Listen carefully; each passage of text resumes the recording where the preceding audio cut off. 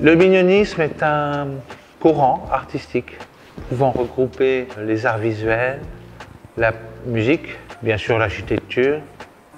Le minionisme est une grille de lecture qui permet de reconnaître ce qui a été fait dans le passé, ce qui sera fait dans le futur et ce qui est fait au présent.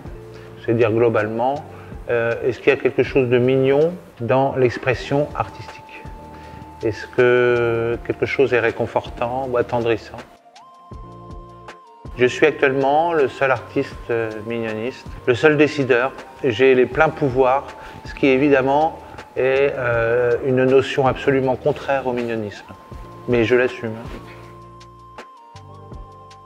Monsieur Rose vient d'une expérimentation que j'ai faite avec de la pâte à modeler rose, avec mes enfants.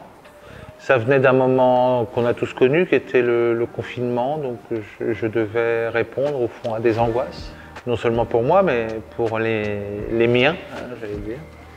Donc cette pâte à modeler rose m'a donné ce Monsieur Rose, très rond, sans angle.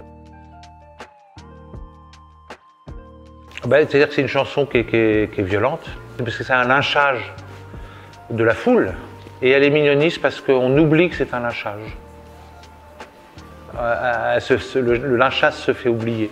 Donc c'est mignoniste, puisque c'est montré avec une légèreté.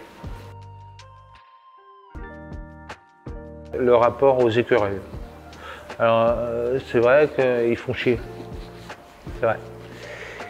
Mais pourtant, je pense que vous pouvez peut-être revenir à l'origine de l'écureuil, comme une expression directe du mignon, donc qui peut s'insérer quand même dans l'idée d'accepter l'écureuil. Le quartier des spectacles, c'est là où, quand on est français, qu'on joue de la musique, on est accepté ici, sans qu'on ait à montrer nos papiers.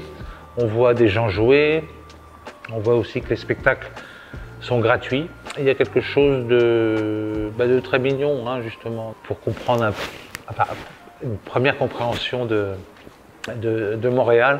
C'est quand même ici que ça se passe, je trouve.